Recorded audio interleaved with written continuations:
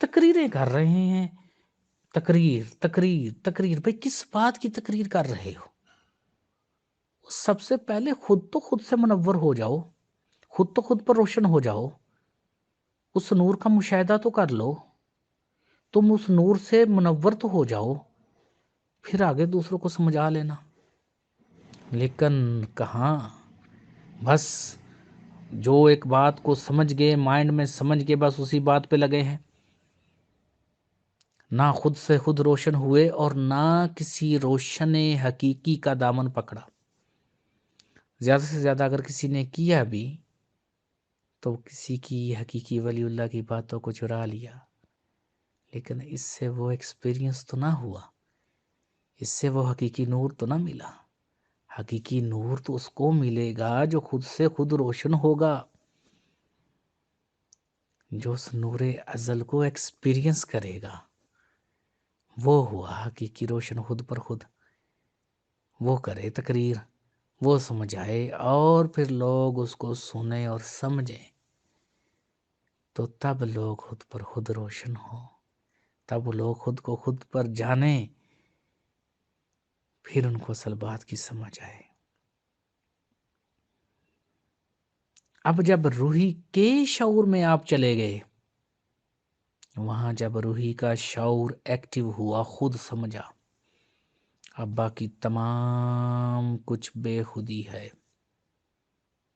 اب باقی ہر چیز ہی بیکار ہے، کیونکہ روحی تخلیق نہیں ہے۔ نور جو تخلیق کار کا اپنا نور ہے، جس نے تخلیق کی ہے، وہ نور تخلیق نہیں ہے۔ اب جب کوئی بھی انسان خود پر خود روشن ہو گیا اور اس نے یہ ایکسپیرینس کر لیا، اب وہ جواب دے سکتا ہے۔ اب اس سے پوچھو کہ زمین اور آسمان کیوں ملا کر بنائے گئے تھے، وہ تم کو ایسے جواب دے دے گا جیسے 2+2=4، تم فوراً کہہ دیتے ہو۔ تم نے کبھی سوچا بھی نہیں ہوگا، تم فوراً کہہ دو گے 2+2، جیسے ہی کو پوچھے گا تم کہو گے 4۔ کیوں کہا؟ کیونکہ تمہاری پرفیکشن ہے، تم نے اس کو اپنے ایکسپیرینس سے واضح کر لیا ہے، سمجھ لیا ہے کہ 2+2=4 ہے۔ ایسے ہی وہ انسان فوراً جواب دے دے گا۔ یہ ہے حقیقی علم، یہ چرانے سے علم نہیں ملتا، یہ باتوں سے علم نہیں ملتا، یہ تو عین ایکسپیرینس کرنا پڑتا ہے، یہ تو عین نور کے ساتھ نور ہونا پڑتا ہے، تب یہ بات، تب یہ امرت انسان پر کھلتی ہے۔ اور جس پر کھلتی ہے وہ کس کو بتائے اور کیا بتائے؟ صحیح بخاری جلد اول حدیث نمبر 120 میں اسی لیے کہا گیا، حضرت ابو ہریرہ روایت کرتے ہیں کہ 2 علم آئے، ایک تو دیا ہے تم لوگوں کو، دوسرا نہیں دیا۔ اگر دوسرا دے دوں تو تم میرا لوگ حلق کاٹ دو، میری گردن کاٹ دو۔ یہاں لوگ بضد ہیں کہ یہ بڑا ہے، وہ بڑا ہے، حالانکہ آپ تو بھی پیدا ہوئے ہو۔ تو حضرت ابو ہریرہ جس شخص کو کہہ رہے ہیں کتنا درجہ ہوگا، وہ ان کو نہیں بتا رہے۔ یہ تو بڑی سعید اور نیک روحیں ہیں، وہ روحیں جو عرفان چاہتی ہیں، جو اپنے آپ کو سمجھنا چاہتی ہیں، جو خود پر خود روشن ہونا چاہتی ہیں، اور جن کا خود سے سوال ہوتا ہے کہ ہم کیا ہیں، ہماری خودی کا جو پہچاننا ہے وہ کیا ہے، اور ہماری بے خودی کا پہچاننا کیا ہے۔ یہ ظاہری تعریف تو کوئی بھی کر دے گا کہ خودی کیا ہے، اپنے آپ کا جاننا۔ اب بے خودی کیا ہے جو تم نے نہیں جانا، اب جب جو چیز تم نے نہیں جانی، اب وہ چیز تمہاری پہچان میں آ گئی، اس چیز کو تم نے جان لیا، اب وہ بے خودی تمہاری خودی بنی، اور جس چیز کو تم نے ترک کر دیا اب وہ بے خودی ہے۔ اور اس طرح انسان ایک ظاہری خودی سے، وجدانی کفیات سے ہوتا ہوا جو بے خودی ہے اس کو خود ہی کر لیتا ہے، اور جو پہلے خود کا جاننا تھا، جو پہلے جانا ہوا تھا خود کو، اس کو ترک کر دیا ہے، اب وہ بے خودی ہے۔ اے انسان، تم کوئی عام چیز ہو ہی نہیں ہو۔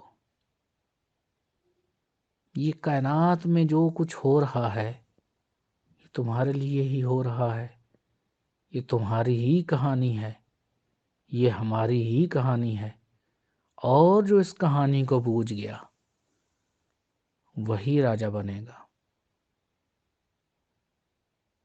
جو اس کہانی کو نہ بوجھا وہ بس ایسے ہی گیا۔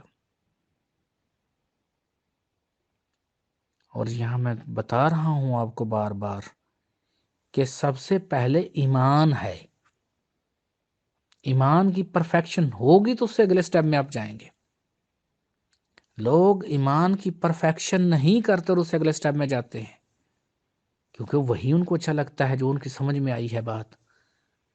جو بات انسانوں کی سمجھ میں نہیں آئی اس کا مطلب یہ نہیں ہے کہ وہ بات نہیں ہے، وہ تم لوگوں کی سمجھ میں نہیں آئی اس کا مطلب یہ تھوڑی ہے کہ وہ ریالٹی ختم ہو گئی، اس کی ریالٹی تو قائم رہے گی۔ آپ اپنے مائنڈ سے اس چیز کو جان سکتے ہیں جو ٹائم اینڈ سپیس کے اندر آ گئی۔ جو چیز ٹائم اینڈ سپیس کے اندر نہیں آئی، وہ آپ کے مائنڈ میں نہیں آئی، تو اس کا مطلب یہ نہیں ہے کہ وہ چیز ختم ہو گئی ہے۔ ٹائم اینڈ سپیس کریشن ہے، لیکن جو روحی کا اپنا شعور اور نور ہے وہ کریشن نہیں ہے۔ اب یہ بات سمجھانا شروع کریں تو کس کو سمجھانا شروع کریں؟ کون ہے ان باتوں کو سمجھنے والا؟ جبکہ اکثریت جب چند ذکر و ذکار کو، وظائف کو لے کر بیٹھ گئی ہے اور آپ نے جنت کی ٹکٹ پکی کی ہوئی ہے، اب کہاں سمجھیں ان باتوں کو؟ یہ تو وہی روحیں امرت پاتی ہیں، وہی روحیں سمجھتی ہیں جو اپنے اندر ہی جاتی ہیں اور جو خود پر خود روشن ہوتی ہیں، وہ ہیں اصل حقیقی، اور وہی حقیقی خلیفہ بنتے ہیں۔